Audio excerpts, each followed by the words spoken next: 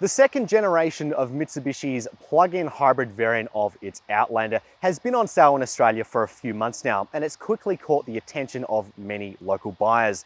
In fact, it's even taken Mitsubishi by surprise in how popular it's been, who says all their 2022 stock was sold out ahead of time, and from what we understand, there's a long line of people waiting to snap up the 2023 models when they arrive early next year. And it's not hard to see why. This second generation model has brought with it a number of improvements, design, capability, and many other things. Namely, Mitsubishi says it can now drive 84 kilometers just on electric power, and even when that big 20 kilowatt hour battery is finally depleted, you can still drive around in a fuel efficient manner. So with electric vehicles still either unsuitable or out of reach for many Australians, the question must be asked, if electric vehicles are the car for the future, is a plug-in hybrid vehicle like this one the car you should be looking at right now? Well, to answer that question, we've decided to bring this Mitsubishi Outlander Aspire plug-in hybrid onto our fleet for the next 6 months, and when we're going to travel 10,000 kilometers to really get to know this car and see what it's actually like to own and live with. So in today's video, I'm going to talk a little bit about my first impressions of the car, how I plan on living with it, and some plans that I have for the future. So without further ado, let's jump into it.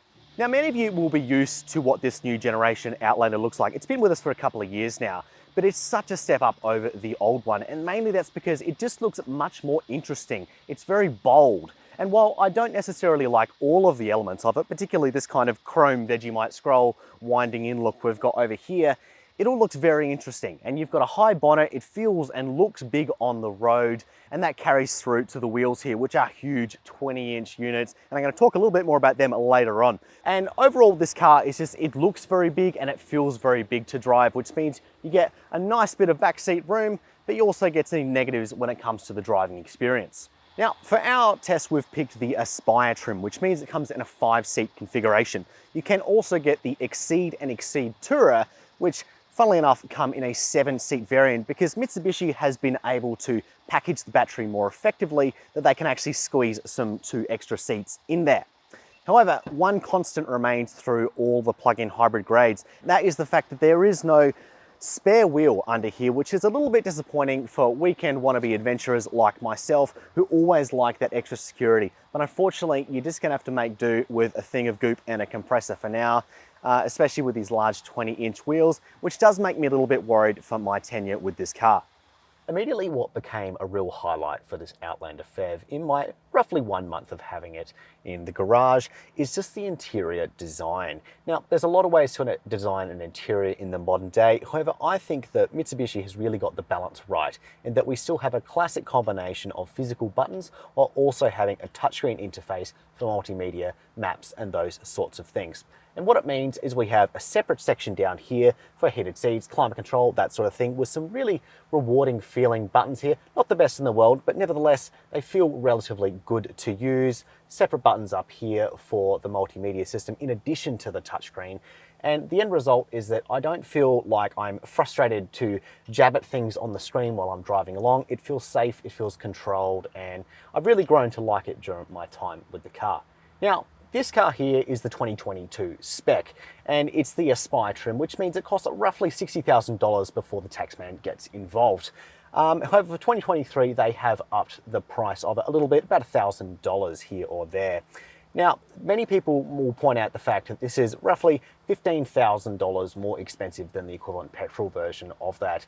And I think there is definitely an argument to be made that that's probably a little bit too much, especially considering that Toyota hybrids have a roughly $3,000 to $5,000 difference between their pure petrol versions and their hybrid versions.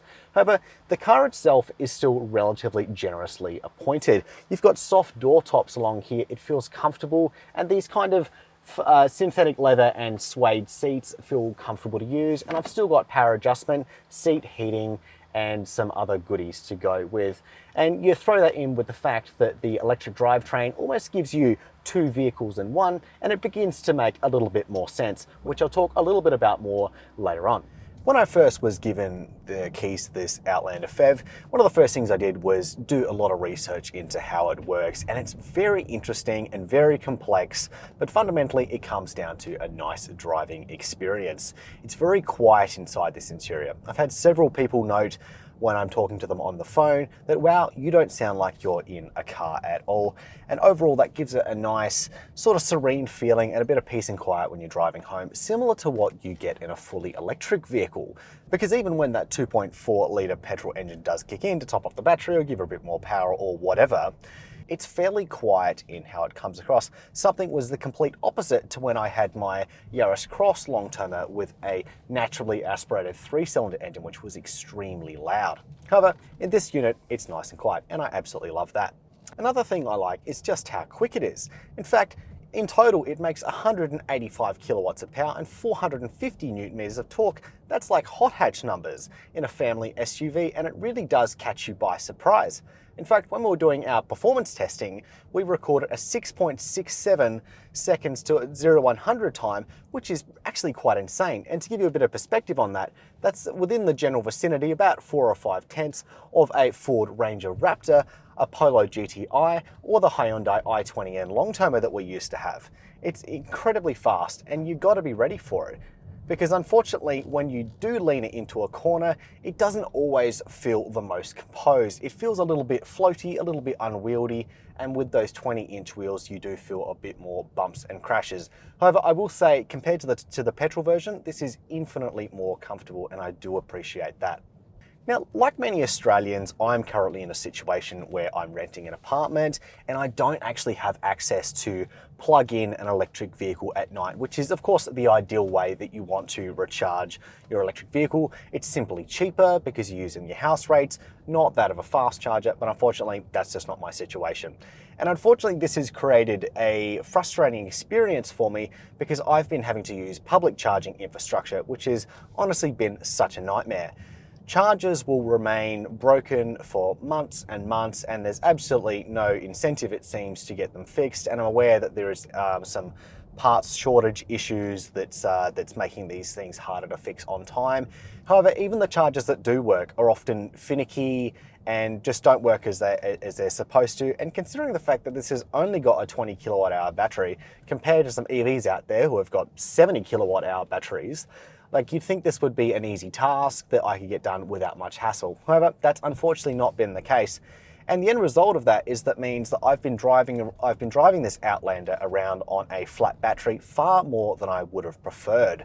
And it means I haven't really been able to get the best out of this car like I really want to. However, that's something I'm looking to fix going forward so I can get more time experiencing driving this car just on electric range and see if I can start doing that every day, if I can find the right location to charge this thing every week. So how do I plan to use this Outlander in my 6 months with it? Well, my life has been changing a lot in the past few months. I've got a little baby now, and that means that this little bus is going to be spending a lot of time doing family duties, carrying around kids to and from the shops and all that other business. So a lot of that's just going to be the day-to-day run around tasks that I'm sure you're all very familiar with. However, I do have some special things planned. First of all, I'm going to take this far away from charging infrastructure, and I'm going to do an interstate trip from Sydney to Adelaide, where I'm going to go see my family over Christmas, and then I'm going to come back and we're going to see how it stacks up when it's fully loaded, full of people, full of things, and a long way away from a charger. The other thing I'm going to do is I'm going to continue to go on my weekend antics, and I'm really keen to use the vehicle to load capability of the Outlander to use that big battery as a charging infrastructure to keep all our devices running when we're out on camping trips and things like that. However, I'm really interested to see what you guys want us to do with the car. Do you have any questions about it? Is things you want us to see to do? Let us know in the comments down below. But for now, that's all. Thanks for watching Chasing Cars.